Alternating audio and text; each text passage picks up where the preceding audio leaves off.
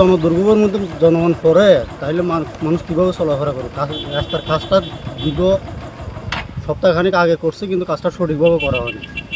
এটা সড়ক ও জনপথ বিভাগের গাফিলতির কারণে এই রাস্তাটা সঠিকভাবে করা হচ্ছে না। আর বারবার এভাবে যদি ভাঙে, জনগণ দুর্ভোগের মুখে আরও বেশি পড়বে।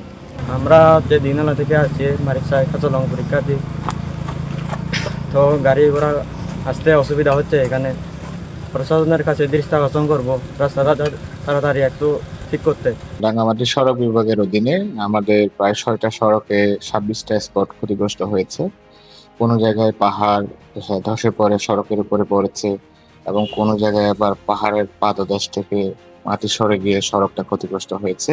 যে ক্ষতিটা হয়েছে সেটা দ্রুত রিকভার করা হয়েছে প্রাথমিকভাবে, এবং আমরা একটা অ্যাসেসমেন্ট করেছি যে যে ক্ষতিগুলো হয়েছে সেগুলো যদি স্বল্প মেয়াদী আমি মেরামত কাজ করি, সেক্ষেত্রে আমাদের 9 কোটি টাকার প্রয়োজন, এবং দীর্ঘমেয়াদী কাজ করলে সেগুলোর কস্টিংটা আরো বেশি।